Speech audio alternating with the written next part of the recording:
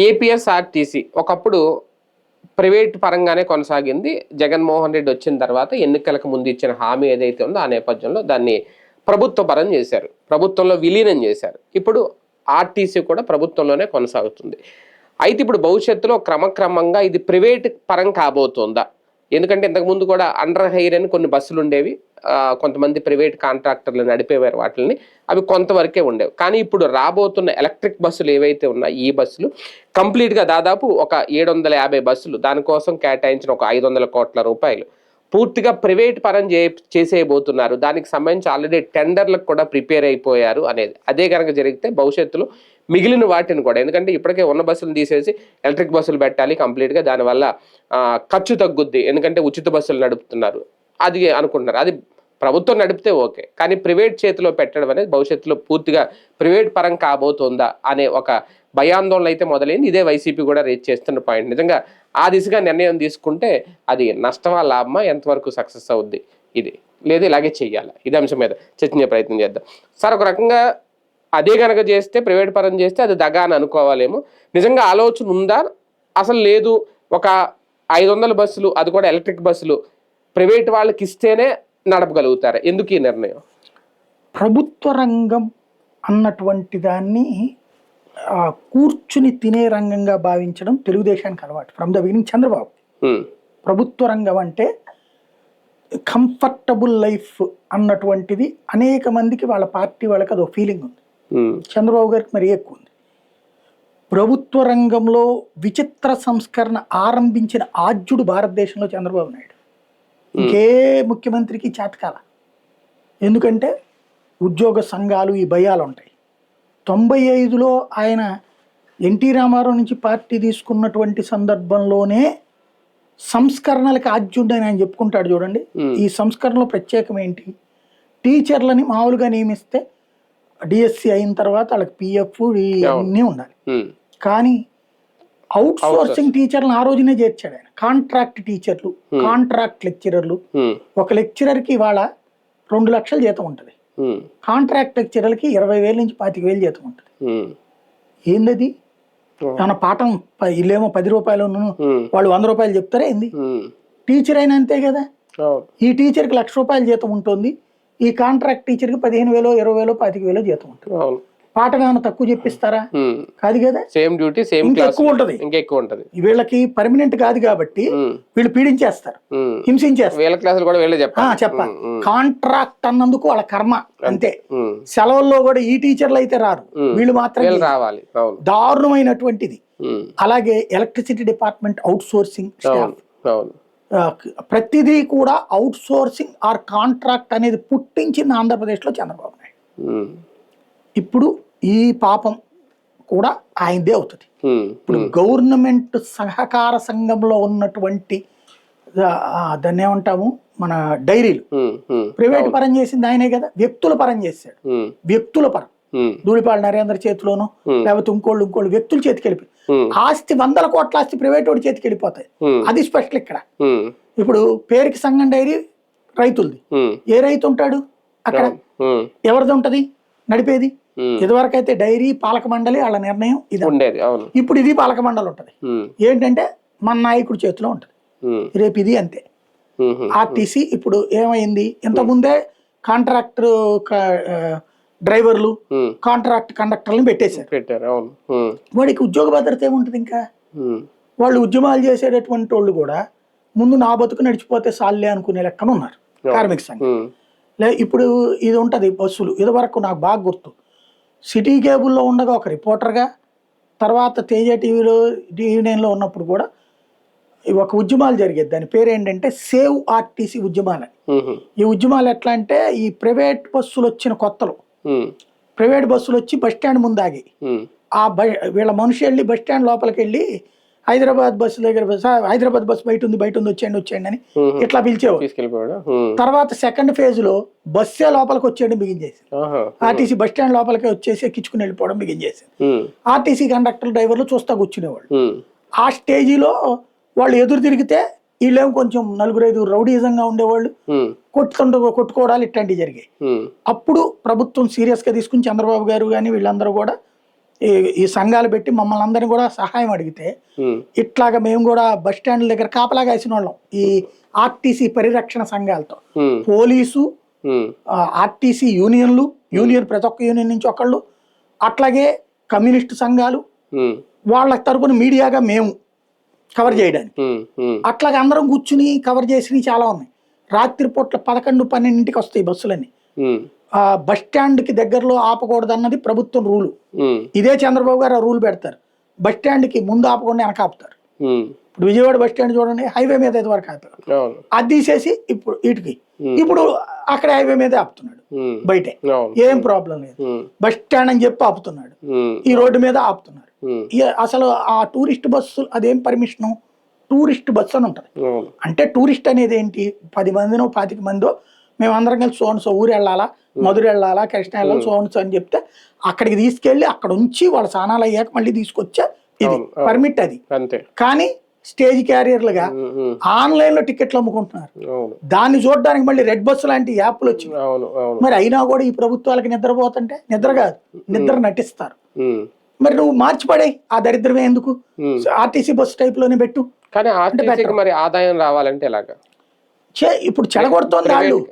Private కి ఇప్పుడు కాంట్రాక్టర్లు ఇచ్చి ఈ ద్వారా ఆదాయం వస్తుందా, లేదు ప్రభుత్వం నడిపి ఉచిత బస్సులు నడిపితే ఆదాయం వస్తుంది? నిదానంగా ఆర్టీసీని ముంచడంలో ఇది ఒక పార్ట్ అండి. అవునా? ఇప్పుడు 7,000 బస్సు 700 బస్సులు అంట కేంద్ర ప్రభుత్వం ఫ్రీగా ఇచ్చింది. నీకేం బాధ? కేంద్ర ప్రభుత్వం 1050 బస్సులు దాని అవి నీకేం బాధ? శుభ్రంగా ఛార్జింగ్ పాయింట్లు పెట్టుకుంటే సరిపోతుంది కదా. ఇంకా కావాలంటే ఛార్జింగ్ పాయింట్ ప్రైవేట్ వాడికి కూడా పెట్టు, 4 రూపాయలు ఆడు కూడా సంపాదించు. కొన్ని నడుస్తున్నాయి ఇప్పుడు టీఎస్ఆర్టీసీ వాళ్ళు కూడా కొన్ని నడుస్తున్నాయి, హైదరాబాద్ టు విజయవాడ వాళ్ళు ఛార్జింగ్ పెట్టి. అదే ఇప్పుడు 500 కోట్లు అయ్యేది ఆడిటికి ఇన్ఫ్రాస్ట్రక్చర్. అదే కానీ ఇప్పుడు ఇదే ఇప్పుడు ప్రైవేట్ కాంట్రాక్ట్, అది కాంట్రాక్ట్ ఇచ్చేస్తారు. అప్పుడు మన కార్యకర్తలు, మన నాయకులు అది కాంట్రాక్ట్ ఆడు సంపాదించుకుంటాడు. ఒకడు 1 కోటి రూపాయలు సంపాదిస్తే ఇటు 10,000, 25,000, 50,000 నెలకు మిగులుతాయి. ఇలాగ క్రమంగా ఏమైపోద్ది ఇప్పటికి. అంటే ఉద్యోగులు కూడా ఇప్పుడు ప్రైవేట్ వాళ్ళని వాడతారు అంతే కదా. ఉద్యోగుల పరిస్థితి టోటల్ 8,000 బస్సులు ఉన్నాయండి. 8,000లో 3,000 ప్రైవేట్ బస్సులు. ప్రైవేట్ బస్సు డ్రైవర్ ప్రైవేటే, ఆర్టీసీ కాదు అతను. రేపు కూడా ఈ 500 బస్సుల్లో ప్రైవేట్ వాళ్ళని పెడతారు అంతే. పెట్టేసేసి రేపు పొద్దు నెక్స్ట్ ఏం చేస్తారు, ఇప్పుడు ఉన్నటువంటి డ్రైవర్లను తీసేస్తే పోరాటం వస్తారు. వాళ్ళంతా వాళ్ళు రిటైర్ అయిపోతుంటారు కదా, రిటైర్ అయిన చోట కొత్త వాళ్ళని పెట్టుకోరు. ఇప్పుడు 18,000 ఖాళీలు ఉన్నాయి పోస్టులు. చివరికి దాన్ని ఏమంటారు, డిపోలు. మామూలుగా ఇదివరకు బయటికి వెళ్ళి రిపేర్ చేస్తే ఖర్చు అవుద్ది కాబట్టి వీళ్ళే డిపోలు పెట్టుకున్నారు. ఆ డిపోలని ఇప్పటికే 6 ప్రైవేట్ కి ఇచ్చేసారు. మొత్తం డిపోలు కూడా డిపోల్ని అవుట్ సోర్సింగ్ కింద ప్రైవేట్ కి ఇచ్చేసారు. అది అయిపోయింది. ఇప్పుడు బస్సులు ప్రైవేట్ కి ఇస్తున్నారు, 3,000 ప్రైవేట్ కి ఇచ్చారు. అవి కూడా కాంట్రాక్ట్ రద్దు చేసేస్తారు ఫ్యూచర్ లో. కంప్లీట్ గా 8,000 బస్సులు రాబోయే 5 ఏళ్లలో, అప్పుడు 700, అప్పుడు 1000, ఇట్లాగా కంప్లీట్ గా ఇవి వచ్చేస్తాయి. దాంతో కంప్లీట్ గా ఈ ఛార్జింగ్ పాయింట్లు ఇవన్నీ నడుస్తాయి రైల్వే బస్ స్టాండ్ లో. ఈ డ్రైవర్లు రిటైర్ అయిన వాళ్ళు అందరూ రిటైర్ అయ్యాక అంతే. కండక్టర్ రిటైర్ అయిన వాళ్ళు, ఇప్పుడున్న స్టాఫ్ వాళ్ళు రిటైర్ అయిన వాళ్ళు రిటైర్ అంటే ఇక కేవలం 10% స్టాఫ్ సూపర్వైజర్ బ్యాచ్ ఉంటే చాలు అంతే. అంటే అదేనా ఆర్టీసీ ప్రభుత్వం నడుస్తుందా, లేదంటే ఇప్పుడు మన జగన్మోహన్ రెడ్డి గారు విలీనం చేశారు, మళ్ళీ వీళ్ళు కంప్లీట్ గా దాన్ని ప్రైవేట్ పరం చేస్తారా? ఏముందండి, ఇప్పటికే ఆ భూములు తీసుకెళ్లి ప్రైవేట్ వాళ్ళకి బిగిన్ చేసి చంద్రబాబు టైంలో 2014-19 మధ్యలో 14-19 ఏంటి, అంతకుముందు 2004కి ముందు విశాఖపట్నంలో ఆంధ్ర యూనివర్సిటీ సెంటర్ లో ఉంటది. నేనే వైజాగ్ లో 2009లో కవర్ చేశా, 8లో నేను కవర్ అక్కడ చేశాను కదా వైజాగ్. ఒక షాపింగ్ మాల్ బిగిన్ చేశారు. ఆర్టీసీ ల్యాండ్ ఆంధ్ర యూనివర్సిటీ బయట రోడ్డు మీద ఉంటది, చాలా పెద్దది అది. అక్కడ మాల్ కట్టారు. ఎవరది? ఓ తెలుగుదేశం నాయకుడికి సంబంధించి ఆర్టీసీ స్థలం, అది లీజ్ తీసుకున్నారు. ఇది అట్లా ఆర్టీసీ స్థలాలు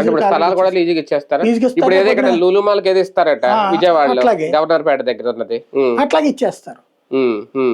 ఓన్లీ కాకపోతే ఏంటంటే డిపోలు తప్పదు, బస్సులు పెట్టుకోవడానికి ప్లేస్ ఉండాలి. అంటే ఆర్టీసీ బస్సులు రేపు పొద్దున్న నాకు తెలిసి ఏం చేస్తారంటే, ప్రభుత్వం ఏం లెక్క చెప్పుద్దో తెలిసి రేపు కోర్టు అడిగితే, ఒకటి దాని మీద ఖర్చు ఏం లేదండి, పైగా వాళ్లే మాకు డబ్బులు ఇస్తారు, టికెట్ కు పోను డబ్బులు ఇస్తారు. రెండవది ఏంటయ్యా అంటే, ఎట్లాగో షాపులు ఇవన్నీ అద్దెలకు ఉంటాయిగా, ఆ డబ్బులు వచ్చేస్తాయి. కానీ మరి ఉద్యోగులకు భద్రత ఉండదు. ఏముంది, ఇంకా తర్వాత ఉద్యోగి లేనప్పుడు ఉద్యోగ భద్రత ఏముంది? రిటైర్ అయిన ఉద్యోగి రిటైర్ అయిపోతాడు, కొత్త ఉద్యోగం చేర్చుకున్నప్పుడు ఇంకే బాధ. అవుట్ సోర్సింగ్ వాళ్ళని చేర్చుకుంటారు సూపర్విజన్ కి 15,000, 20,000 ఇచ్చి. ఇప్పుడు ఈయనకి 50,000 ఇచ్చే బదులు 15,000 మనిషి దొరుకుతాడు కదా.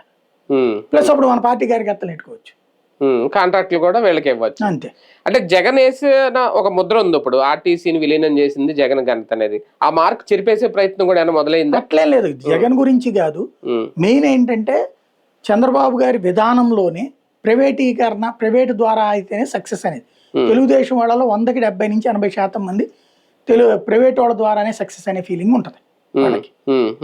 ఇప్పుడు దీంట్లో ఏంటి, యూనియన్లకు సంబంధించిన నాయకులు బస్సులు తీసుకుంటారు, ఆ విధంగా గిట్టుబాటు, వాళ్ళు గొడవలు చేయరు. ఇదివరకు కూడా అంతే, టూరిస్ట్ పర్మిట్లు అని చెప్పి అంత ఆర్టీసీ పరిరక్షణ అని, తర్వాత యూనియన్ నాయకులు బస్సుల్ని కాంట్రాక్ట్ తీసుకున్నారు.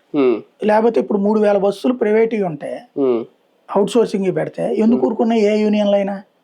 నాయకులకి బస్సులు కూడా ఉంటాయి అందులో. నాయకులు కమ్యూనిస్ట్ పార్టీలకు సంబంధించిన నాయకులు ఉంటారు, వాళ్ళు పెద్దగా గట్టిగా దబాయిస్తారు. ఏంటంటే ఆయన అది కాదు అడిది. అంటే రేపొద్దున వీళ్ళకి ప్రభుత్వ ఉద్యోగ కొన్ని ఫెసిలిటీస్ ఉంటాయా సార్? నేను అడిగేది ఈ ప్రైవేట్ బస్సుల మీద పెట్టుకునే డ్రైవర్లకు కానీ వీళ్ళకి కానీ ఇన్సూరెన్స్ ఒకటి ఇస్తారండి వాళ్ళు, అది ఆ వాడి ఇష్టమే కా ప్రైవేట్ డ్రైవర్. అదే ప్రైవేట్ ఎంప్లాయీకి ఎలా ఉంటాయో టీఏడు డిఏ అన్ని అది ఉంటాయి, అంతే ఉండేది, అంతే తప్ప వీళ్ళకి ఉద్యోగ భద్రత అనే ఉద్యోగానికి భద్రత ఉందనుకోండి, కంఫర్టబుల్ గా పనిచేస్తాడు వాడు, మన మాట ఎండ అనేది లెక్క, కడుపు మండాలి అనేది లెక్క అండి వీళ్ళకి. అంటే నడిపే విధానం కూడా అలా ఉంటుందా రేపొద్దున్న? ఈ బస్సులను నడిపినట్టే వాళ్ళు ప్రైవేట్ బస్సులు ప్రైవేట్ బస్సు మాట ఏంటన్నాడా?